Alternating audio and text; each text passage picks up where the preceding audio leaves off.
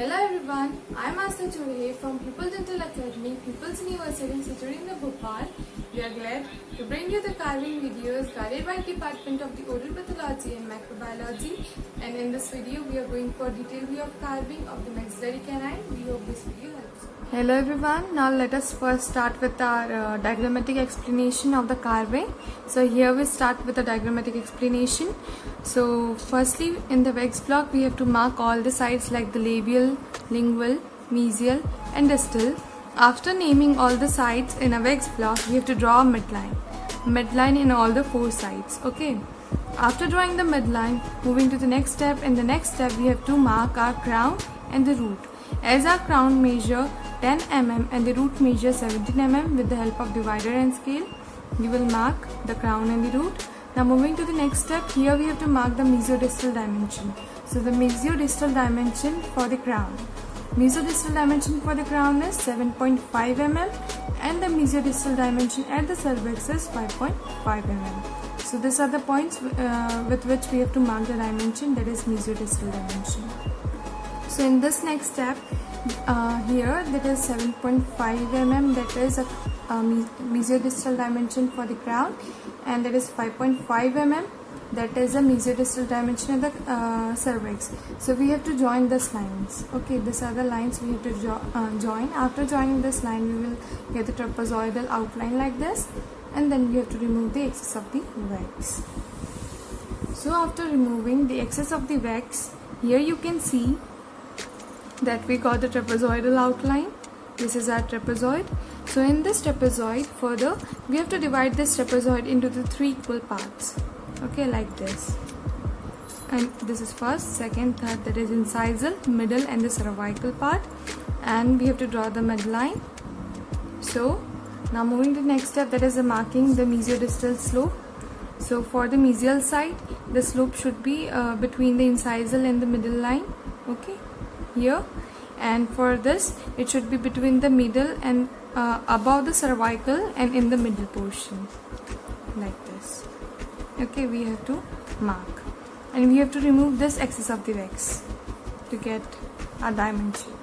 So later we have to mark the labial lingual dimension in our crown. So the labial lingual dimension at the crown is 8 mm and the labial lingual dimension at the cervix is 7 mm. And we have to mark the crown, the shape of the crown, so that we can remove this excess of the wax to get the crown. After getting our crown, we have to mark the lingual fossa. This is our lingual fossa. We have to remove this wax from this and this side to get our lingual fossa, and the central ridge should be prominent in the lingual fossa. So after marking the lingual fossa, moving to the labial side, we have to make the central ridge prominent over here by the distal and mesial slope. And then moving to the next step, that is marking of our root. As a root measures 17 mm. So here the apex of the root is curved toward the distal side. This side where there we can see more slope, that is the distal side, and at that side our apex of the root is curved. Moving to the next step is that we have to mark the curvature. It is the next step. Here the curvature at the distal side is 1.5 mm and at the mesial side the curvature is 2.5 mm. And moving to the next step, after marking the curvature, we have to mark the developmental depressions. These are the developmental depression. Now this part will be continued by carving. Hello everyone, now let us start with the carving of the maxillary canine. So first of all, I am going to tell what are the things which are needed for the carving. That is a metal scale, carving wax, carver, divider and the gauge for cleaning the excessive wax. Now let us start with our first step. So in our first step, we have to name all the sides like labial. Opposite to the labial is the lingual, mesial and distal. So after this, we have to mark the dimension for the crown and the root. Crown measures 10 mm and the root measures 17 mm. So this 10 mm and the 17 mm here.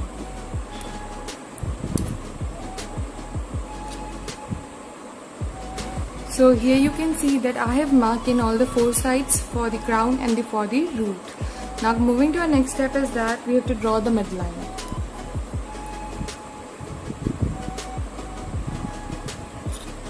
I draw the midline in all the four sides. Now from the labial and the lingual side, we have to mark the mesiodistal dimension. So the mesiodistal dimension at the crown portion is 7.5 mm. So with the help of the divider and the metal scale, I am going to take the dimension, that is a 7.5 mm as a mesiodistal dimension of the crown. This, and I am going to mark it over here for the labial and the lingual side. And the mesiodistal dimension at the cervix, that is 5.5.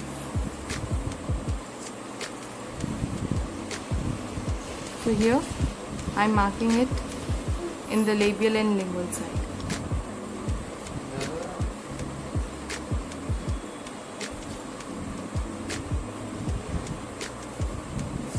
Now with the help of the metal scale, I am going to join this line.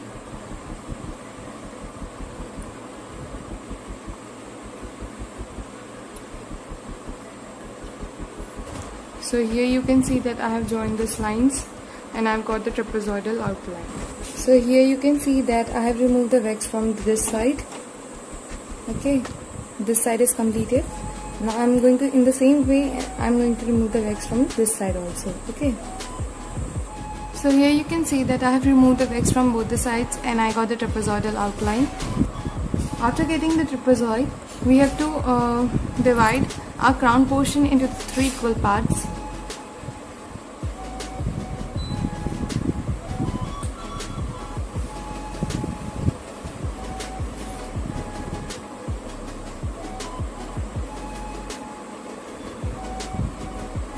So here you can see that I have divided my crown portion into the 3 equal parts. Okay, this is mesial and this is distal. So here I have to mark the crown. So for the distal side, we have to mark the line till between this last line and this first line. Okay, somewhere here. And for the mesial side, I have to mark like this. Okay. Now we have to remove this wax and this wax. And here also. So here we have completed with removing the wax from the upper side, that is at the crown, from this side and this side. So we got the diamond like structure. Now we are going to mark the labiolingual dimension. The labiolingual dimension for the crown and the cervix. The labiolingual dimension at the crown is 8 mm. Okay, with the help of divider and these metal scale, I am going to take the 8 mm. In this I am going to mark it over here, as it is for the crown portion.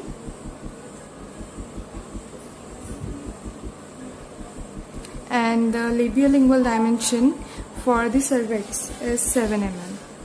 Okay, this.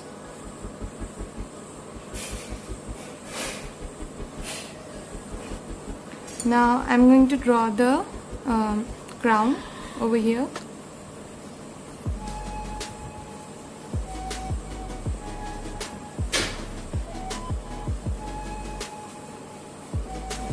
So here you can see that I have drawn the crown. This is my lingual side and this is my labial side. So I am going to remove the wax accordingly. So here, like this. Here it's convex. Okay, in the labial side. So here you can see that I have removed the wax from the labial side, and this is how I removed. In the same way we are going to remove the wax from the lingual side. Okay. So for removing the lingual side, the wax from the lingual side, we have divided our lingual side into the 3 equal parts. And I am not going to disturb my cervical part, and I am going to remove the wax from the middle and the upper part, that is incisal and the middle. So this you can see it over here. This I have removed the wax from the lingual side as well as from the labial side. See, lingual and the labial. Now here I am going to mark the lingual fossa.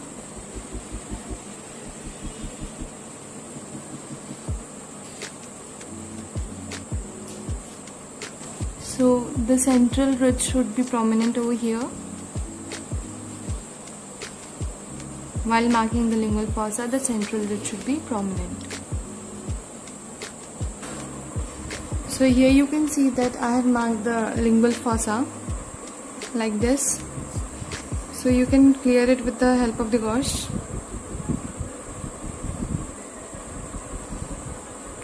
Now coming to the marking of our root, as our root measures 17 mm. Previously we have removed the wax from this side for making our root from this side firstly. Now I am going to remove the wax from this side also, okay? Then later from this side. So here we have removed the wax from this side for making our root from this side firstly. Now I am going to remove the wax from this side also, okay? Then later from this side and so now we have removed the wax from this side, both the sides, okay? Now I am going to remove the wax from this side and this side, okay? And let us start with removing the wax as the tip of the apex of the root is curved toward the distal side, okay? Now here I am drawing my root. So with the apex of the root curved toward distal side. So first I will remove the wax from the mesial side, okay? In the straight way. So you can see it over here that we have completed with the making of our root. As the tip of the root is curved toward the distal side, here you can see that tip is curved toward the distal side, and also we have made our crown. Like you can see the central ridge with the mesial and distal slope over here. This is a mesial slope and this side is a distal slope with a central ridge. And we have marked our curvatures like this. We have to mark our curvatures and our tooth. Okay. So here you can see the curvatures very clearly. Mesial curvature and the distal curvature. Now let us move to marking of the developmental depressions. Okay. So here hold your tooth very properly because it's quite delicate, so the root can break, and we are marking the developmental depressions.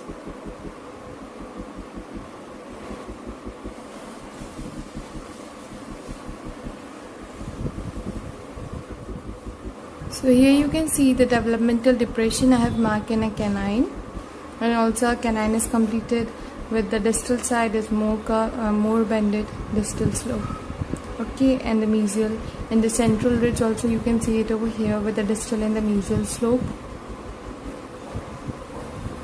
with the apex of the root which is curved toward the distal side, and our lingual fossa. So this is we are completed with our canine.